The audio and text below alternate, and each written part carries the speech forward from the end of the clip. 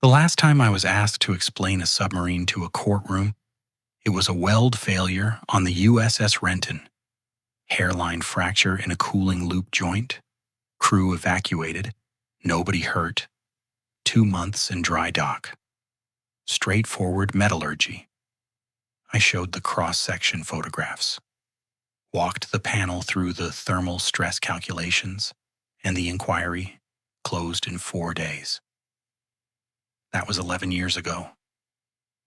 I've consulted on 9 naval engineering inquests since then. Most of them come down to metal. Its limits, its memory, its willingness to hold a shape under pressure. It was never promised it could survive. I understand metal. I trust it to behave within known parameters. And when it doesn't, I trust the failure to be legible. That's what I do. I read the way things break. In March of last year, I received a call from a captain in the Naval Sea Systems Command whose name I'm not going to use here.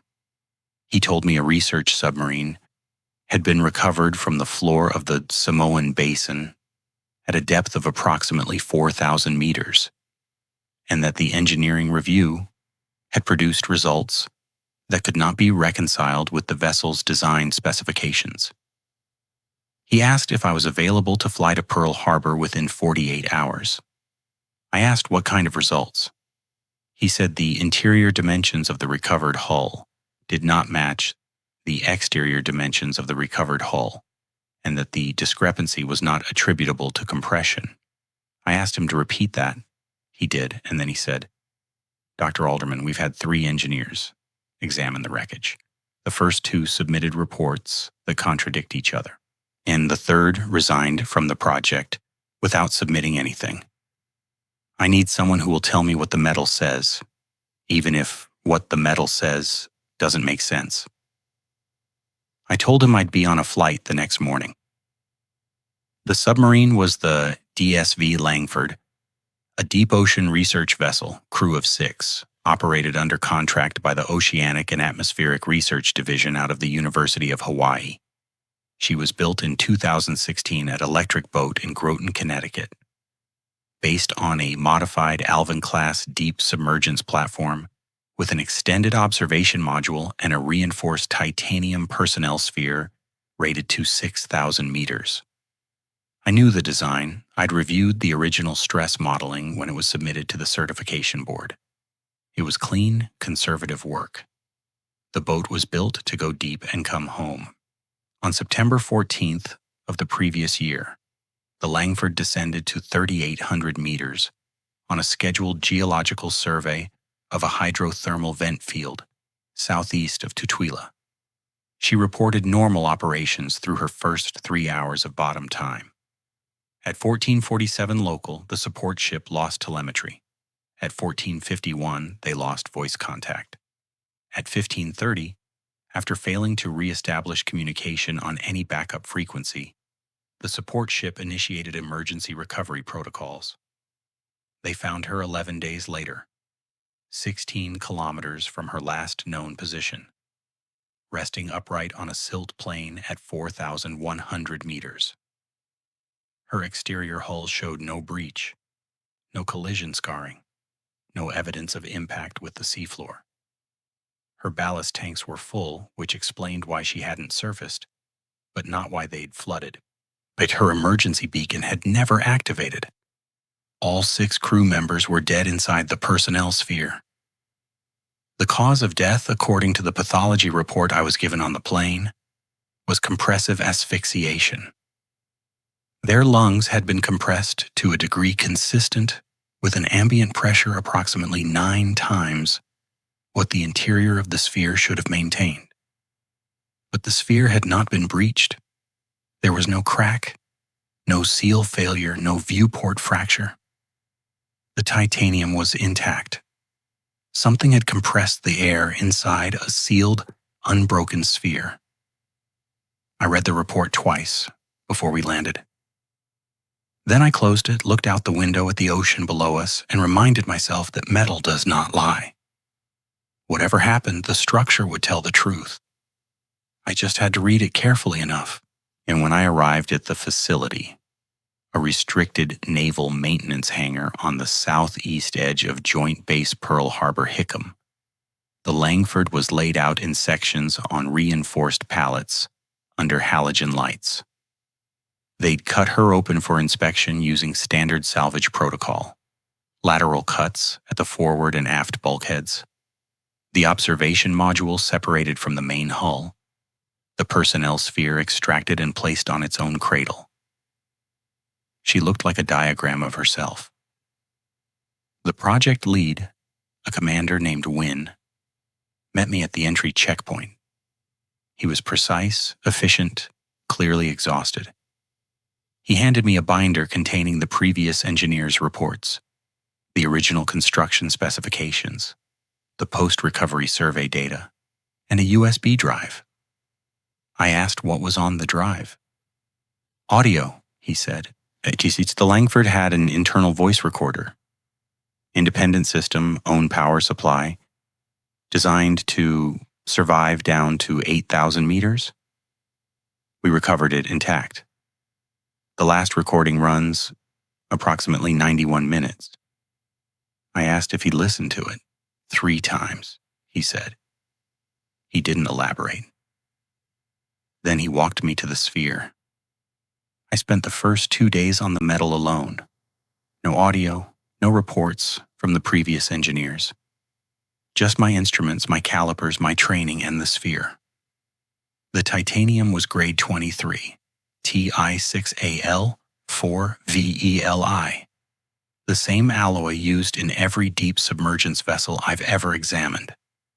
I know its yield strength, its elastic modulus, its fatigue behavior under cyclic pressure loading. I know how it deforms when it's overloaded. I know what it looks like when it's been crushed by the ocean.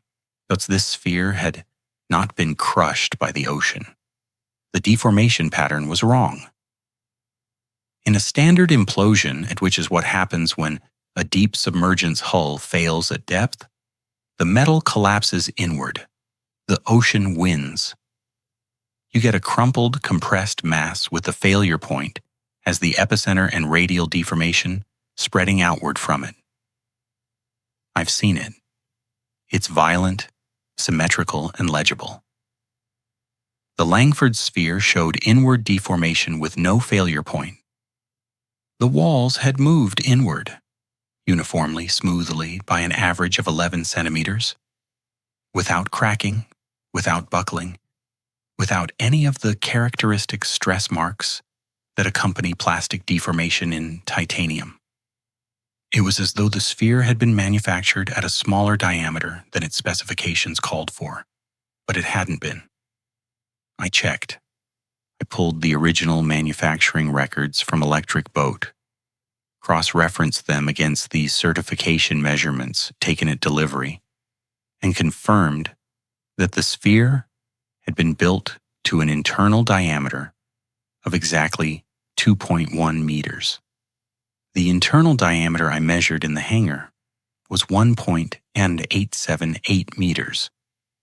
The sphere was 22 centimeters too narrow, and nothing had broken it.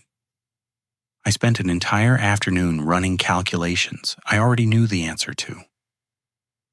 I modeled hydrostatic compression at 4,100 meters. The numbers confirmed what my eyes had already told me.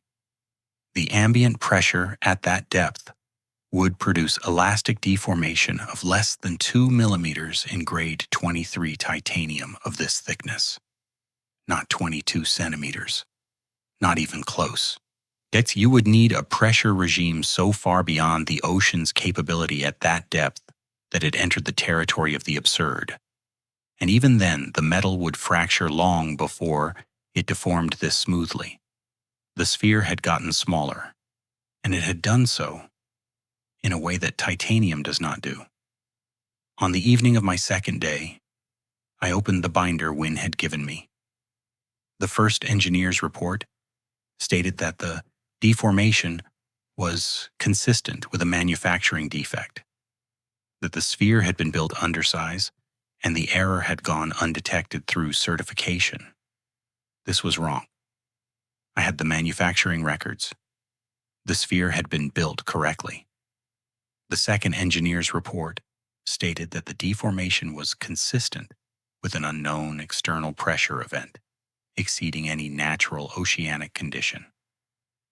This was closer to honest, but the report then spent 11 pages speculating about volcanic activity, seismic compression waves, and localized gravitational anomalies, none of which were supported by the data from the recovery site. The third engineer had left a single handwritten note inside his section of the binder. It said, "The interior dimensions match blueprint 7701-C. I don't know what that means. I don't want to know." I stared at that note for a long time. I didn't recognize the blueprint number. It wasn't in the Langford's construction file. It wasn't referenced in any of her design documentation. I set it aside and told myself I'd look it up in the morning. On the third day, I listened to the audio.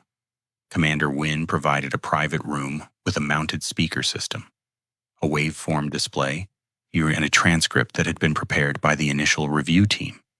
He told me the audio covered the last 91 minutes of recorded sound inside the personnel sphere, beginning approximately 20 minutes before telemetry was lost. The recording began with roll call. I need to explain what this means on a vessel like the Langford because it's not what most people imagine. This wasn't military protocol. Research submarine crews run a periodic status check every 60 minutes during bottom time. Each crew member confirms their station, reports any system notes, and logs their physical condition. It's partly safety protocol and partly data hygiene. The pilot calls names. Each person responds. It takes about 90 seconds. The pilot was Dr. Alan Murray. He'd been with the Hawaii program for 9 years. His voice was calm, practiced, and unremarkable. 1427 bottom time check. Murray, pilot, nominal. Then the navigation officer, then the systems engineer, then the 2 mission scientists, then the observation module operator, a postdoctoral researcher named Somi Ashanta, who was in the lower compartment alone, 18 feet below the main sphere, surrounded by acrylic viewports. 6 voices, all normal, all routine. The first anomaly occurred at 14:31, 4 minutes after roll call. Dr. Achanta from the observation module asked the pilot to confirm the current depth reading on the main console. Murray read it back. 3,812 meters. "That can't be right," Achanta said. Her voice was puzzled, not alarmed. "I'm reading 3940 on the module gauge." There was a brief exchange. Murray checked the backup depth sensor. It agreed with the main console. 3812. Achanta's module gauge was independent. Different transducer, different circuit. 128-meter discrepancy between the main hull and the observation module.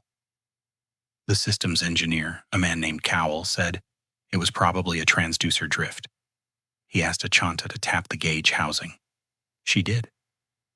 The reading didn't change. Cowell said he'd log it and recalibrate during the next ascent. Nobody was concerned. Transducer drift happens. It's a known quantity.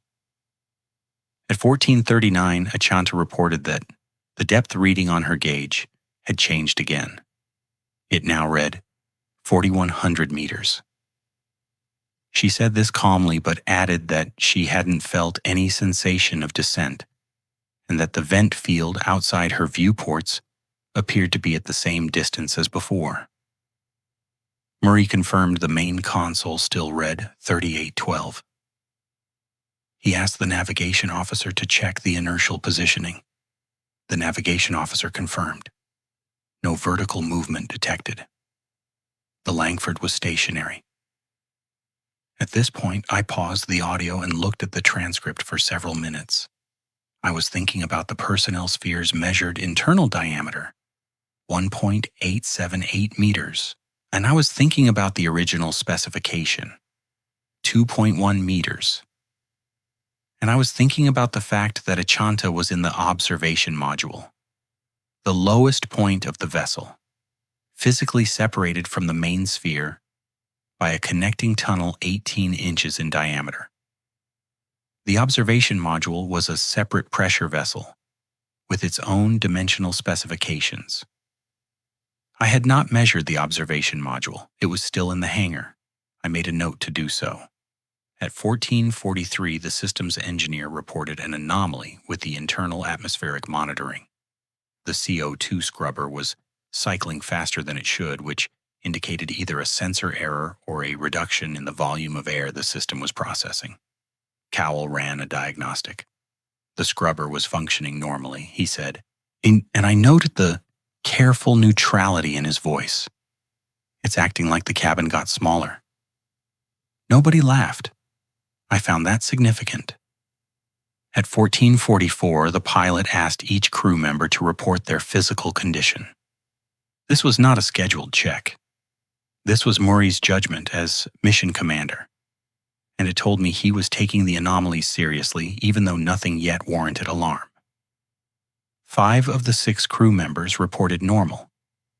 Somi Achanta, in the observation module, said, "I'm fine, but the ceiling is lower." There was a pause on the recording, 3 seconds of silence. Then Murray asked her to clarify. She said, "When I sat down at the start of bottom time, I could extend my arm fully above my head without touching the upper viewport frame. I just tried. I can't. I'm 4 inches short." Cowell said it could be a seating adjustment, a posture difference. Achanta said, "Marcus, I've been sitting in this seat for 3 hours. I know where the ceiling is." I believed her. Across 30 years of reading structural failures, I have learned that the people inside the structure almost always know before the instruments do. The body is a precision gauge. It knows its own clearances. At 14:47, telemetry to the support ship was lost. The audio continued. The crew did not initially realize the surface link was gone because the internal systems were still functioning. It was Murray who noticed at 14:49 when he attempted a routine data upload and got no carrier signal. He spent 2 minutes cycling through backup communication frequencies. Nothing. At 14:51, the voice contact was lost. This was noted by the crew in real time. Murray announced that they were communication dark and initiated the standard protocol. Continue operations, log everything, prepare for ascent at the next scheduled window. And then, and this is where I set down my pen and simply listened, Achanta said, "Dr. Murray, the vent field is farther away." She said it quietly. The way you say something you've been watching for several minutes, but didn't want to report until you were sure.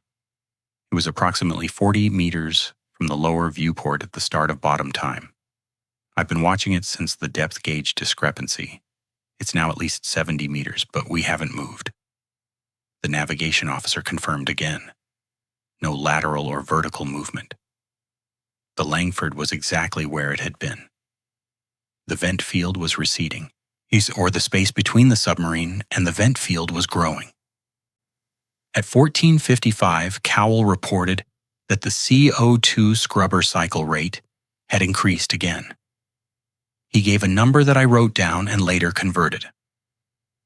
The scrubber was processing air at a rate consistent with an internal volume approximately 14% smaller than the personnel sphere's design specification.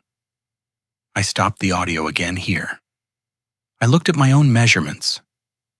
The sphere's internal diameter had been reduced by approximately 10.6% from its design specification.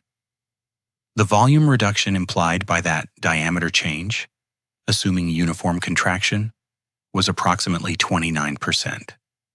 But at 14:55, the scrubber was only showing 14%. which meant that at 14:55 the process was approximately halfway done. I pressed play. Between 1500 and 1512, the audio is difficult. Not because of what's said, but because of what isn't. You can hear the crew working.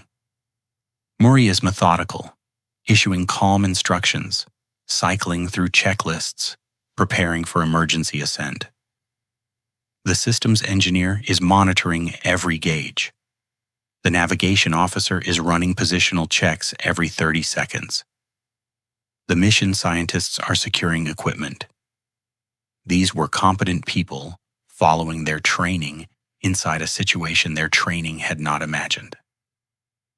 And underneath their voices, at the very edge of audibility, there is a sound I cannot adequately describe. I listened to it 11 times. It is not mechanical. It is not biological. It is not the ocean. The closest I can come is this. It sounds like the air inside the submarine is being tuned. It's like someone is adjusting the resonant frequency of the enclosed space itself, very slowly, the way you tighten a drumhead. At 15:14, Achanta reported that she could no longer fully extend her legs in the observation module. Her voice had changed. Not panic, something more precise than panic. The voice of a scientist who understands that what she is measuring with her own body should not be possible. The module is contracting, she said. I don't know how. The walls are not moving, the viewport frames are not deforming, but the space is smaller. I've lost approximately 8 inches of legroom since bottom time began, and I am losing it continuously.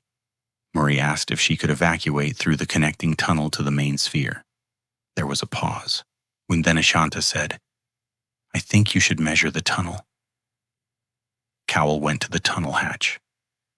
The connecting tunnel between the main sphere and the observation module was a rigid titanium cylinder, 18 inches in internal diameter, wide enough for a crew member to traverse in a prone crawl. Cowell reported that the tunnel aperture at the main sphere end appeared nominal. He asked Achanta to report the aperture at her end. She said, It's smaller. I can still fit, but it's smaller. Murray ordered her to evacuate to the main sphere immediately. The audio captures the sound of Achanta entering the tunnel. You can hear her breathing, the scrape of her suit against metal. Halfway through, approximately 9 seconds into the traverse, she stopped. It's tighter here, she said, in the middle. I can still move. But the walls are closer in the middle than at either end. She continued. She made it through. The sound of her entering the main sphere is followed by a long, unsteady exhale. Then Murray's voice, quiet, close to her. You're in. You're fine. Cowell sealed the tunnel hatch behind her. The observation module was now empty and isolated. At 15:19, Murray initiated emergency ballast blow for immediate ascent. The system activated normally. Compressed air entered the ballast tanks, and the Langford did not move. The navigation officer confirmed. No vertical change. Ballast was blowing, air was flowing, and the submarine remained at depth. Murray blew the tanks again. Full emergency protocol, every tank, maximum pressure, nothing. At 15:23, Cowell said something that I have not been able to stop thinking about. He said, Skipper, the ballast is nominal. The tanks are clear. We should be ascending. The reason we're not ascending is not mechanical. Then he said, It's the water. The water around us is heavier. I paused the audio again. I sat in that room for perhaps 5 minutes, staring at the waveform frozen on the display. I was thinking about the third engineer's handwritten note. Blueprint 7701-C. I had looked it up that morning, and what I'd found was, I need to be precise here, what I'd found was nothing. Blueprint 7701-C does not exist in the Navy's current digital archive. It does not appear in the Electric Boat Historical Database. It is not referenced in any design document I could access through normal channels.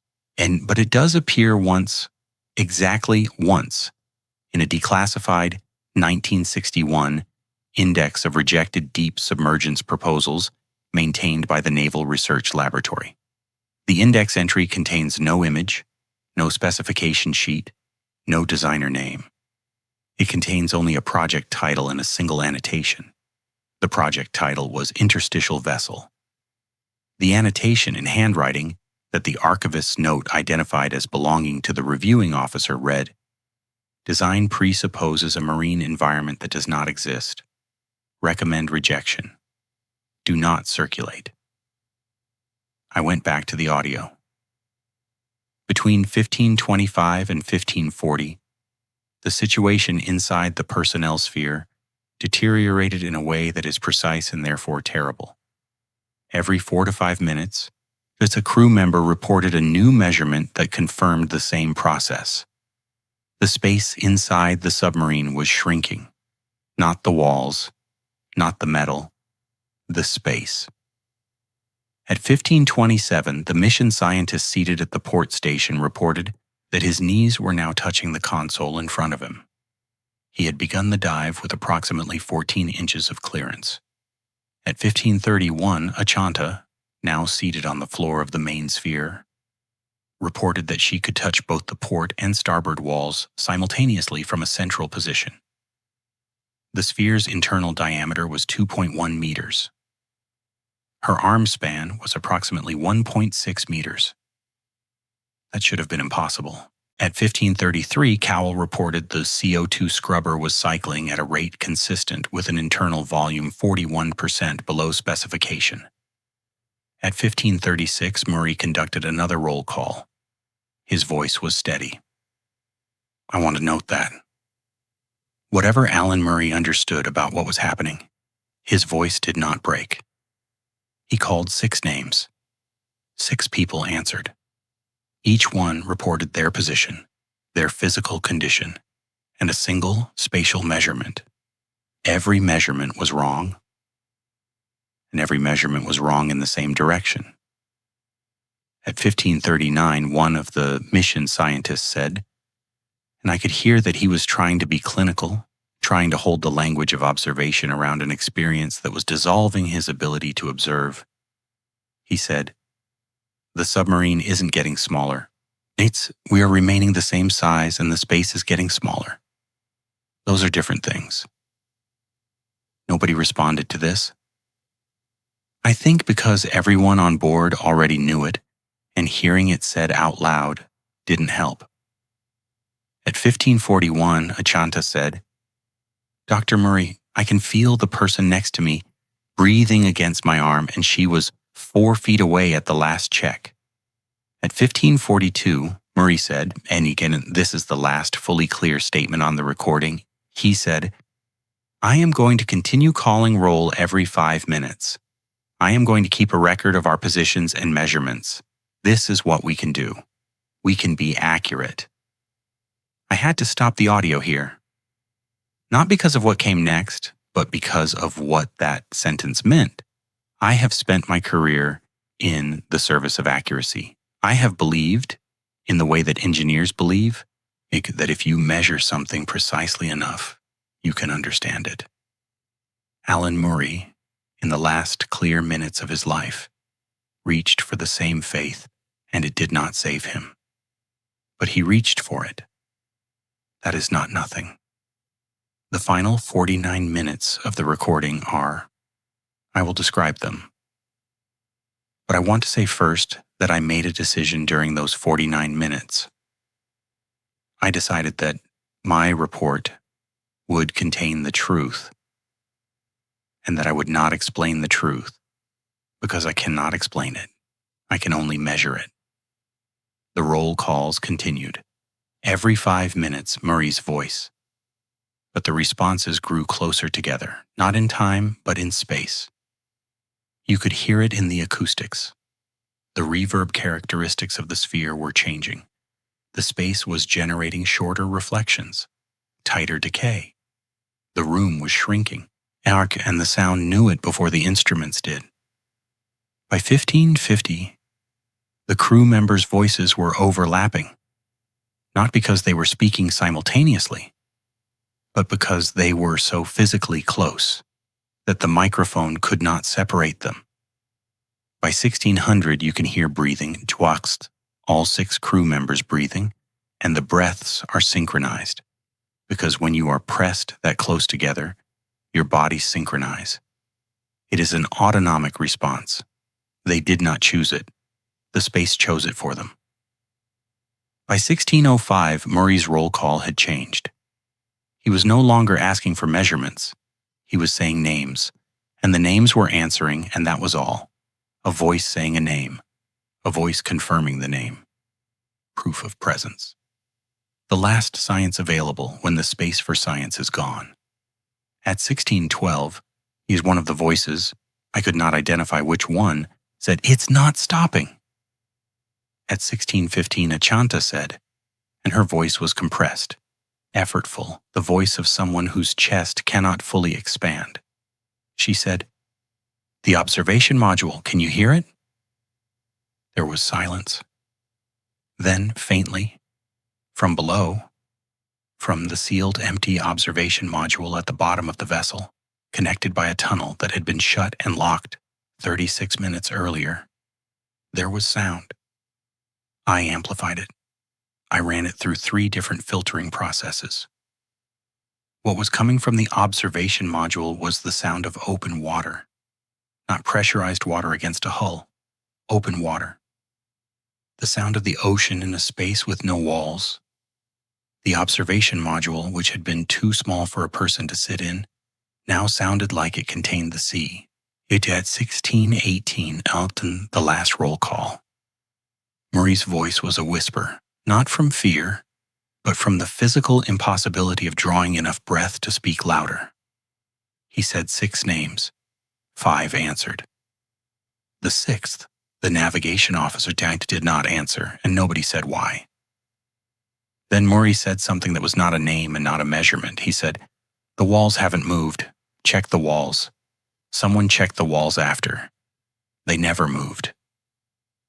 He was talking to me, not to me specifically, to whoever would recover the audio, whoever would examine the wreckage, whoever would stand in front of that sphere with calipers and training and the belief that metal tells the truth. He was leaving a message for the next engineer. The walls never moved. I know they didn't. I measured them. The titanium is undeformed in the conventional sense. It's no stress fractures, no plastic deformation markers, no evidence that the metal was ever subjected to force. The sphere did not compress, but the interior dimensions are 1.878 meters, and 6 people died of compressive asphyxiation inside an unbroken shell. The audio continues for another 23 minutes after Murray's last statement. There are no more words. There is breathing. Less and less of it. Slower, shallower. The terrible sound of lungs that cannot open inside a space that will not allow them to. And underneath the breathing, growing clearer as the human sounds diminish, there is that other sound, the tuning, the resonant frequency of the space contracting, tightening, like a note rising beyond the range of hearing. The last sound on the recording, at 1641, is not breathing.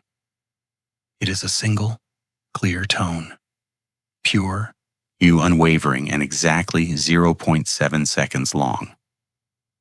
I had it analyzed by an acoustician at the facility. She identified it as the resonant frequency of a sealed titanium sphere with an internal diameter of 1.878 meters. The space had finished becoming whatever it was becoming, and it rang once, like a bell. I went back to the hangar that evening and measured the observation module. I already knew what I would find. The observation module's internal dimensions had not contracted. They had expanded. The acrylic viewports were intact. The titanium frame was undistorted. but the interior volume of the module was approximately 300% larger than its design specification. The space that had been taken from the personnel sphere was in the observation module. I don't have an explanation for this. I don't have a theory. I have measurements. I have an audio recording. I have 6 dead crew members who were compressed by a space that shrank around them, while the metal that defined that space remained unchanged. And I have a rejected 1961 blueprint for something called an interstitial vessel, a design predicated on a marine environment that does not exist, whose specified internal dimensions, when I finally obtained them through a classified records request that took 11 weeks, matched the Langford's recovered personnel sphere to within 2 millimeters. Someone designed this. In 1961, someone drew a blueprint for a submarine whose interior would be smaller than its exterior. The blueprint was rejected because the reviewing officer understood that such a vessel would be survivable only in an ocean where the relationship between pressure and space operated differently than it does in ours. The Langford went to the bottom of the Samoan Basin and found that ocean, or that ocean found the Langford. My report is 143 pages long. It contains every measurement I took, every calculation I performed, every minute of audio transcription annotated with acoustic analysis. It concludes with 3 findings. 1. The structural integrity of the DSV Langford's pressure hull was not compromised by any external mechanical force. Feature 2. The interior volume of the personnel sphere at the time of recovery is inconsistent with its manufactured specifications by a magnitude that cannot be attributed to any known material behavior. 3. The interior volume of the observation module at the time of recovery is inconsistent with its manufactured specifications by a magnitude equal and opposite to the discrepancy in the personnel sphere. I did not include a 4th finding, though I wrote it and deleted it 3 times. The 4th finding was this: the Langford did not malfunction. The Langford performed exactly as Blueprint 7701-C specified. It performed as an interstitial vessel, a machine designed to redistribute interior space under conditions that the 1961 reviewer said did not exist. The conditions exist. They exist at the bottom of the Samoan Basin, as in a place the crew of the Langford reached by accident and could not leave. Commander Wynne read my report in my presence. When he finished, he closed the binder and said, "What do I do with this?" I told him the same thing Alan Murray told me from the other side of a recording made inside a shrinking room at the bottom of the Pacific Ocean. I said, "You can be accurate." He filed it. I flew home. The inquiry was classified and closed. That was 9 months ago. I am writing this now because 3 weeks ago, I received an email from a colleague at Woods Hole who had heard, through channels I cannot verify, that a second research vessel, not Navy, not University, a private deep-sea mining survey, had lost contact with its support ship at a depth of 3,900 meters in the Samoan Basin, near approximately 40 kilometers from the Langford's last known position. The vessel was recovered 6 days later. The crew, 4 people, were found dead inside an intact pressure hull. Cause of death: compressive asphyxiation. I have requested access to the wreckage. I've requested access to any recovered audio. I've requested the vessel's design specifications and manufacturing records. I have also, for the second time in my career, requested the full technical drawings for Blueprint 7701-C, the interstitial vessel, because the first time I received only the dimensional specifications. The rest of the file was redacted. What I need to know is whether the 1961 blueprint contains a section I have not been allowed to see. Specifically, I want to know if there is a page in that file that addresses operational environment. Because if someone in 1961 knew enough to design a vessel for an ocean that doesn't behave like ours, they knew where that ocean was. And they drew a map. And the map is in that file. And someone is going to go to exactly the place it marks. Because that is what we do. We go to the place the measurements tell us exists, even when every instinct tells us the measurements must be wrong. The measurements are not wrong. The walls never moved. And the space at the bottom of the Samoan Basin is not the same space we sent those people into. I know this because I am an engineer, and I read the way things break. The Langford didn't break. That's what terrifies me.